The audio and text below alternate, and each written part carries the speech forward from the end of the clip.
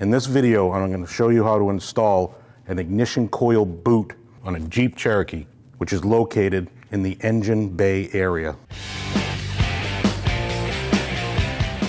First you want to do is you want to take this plastic piece and swing it out of the way because your coil is underneath it. It has a clip here, but ours was broke. So you just want to lift it, put it out of the way. To swinging that piece of plastic out of the way, this is your coil. You get a 10mm bolt and your clip. You want to slide this little red tab back and try to get in here as good as you can to unclip it. Let's get that out of the way. Take your 10mm, loosen that up.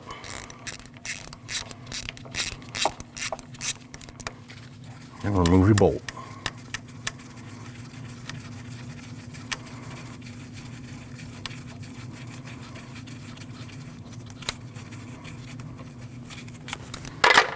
And you want to pull straight up. Now we're ready to install our new coil boot. Just want to pry down, pull that off. There is a spring in there. Your new one does come with a spring. Slide your spring in, install it on the coil. When you're putting your coil in, it's always easy to take your plug it in. As you're putting it down, it just gives you a little bit more room.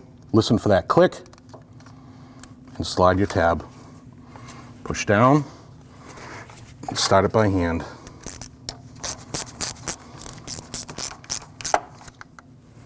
Just give it a snug. After installing your coil, last thing, you just want to pull this plastic piece down. There's your clip, you're installed. When only the best will do, demand TRQ. The only company that lets you view before you do. TRQ is committed to offering the highest quality aftermarket auto parts that are engineered for peace of mind. Thanks for using and viewing with TRQ.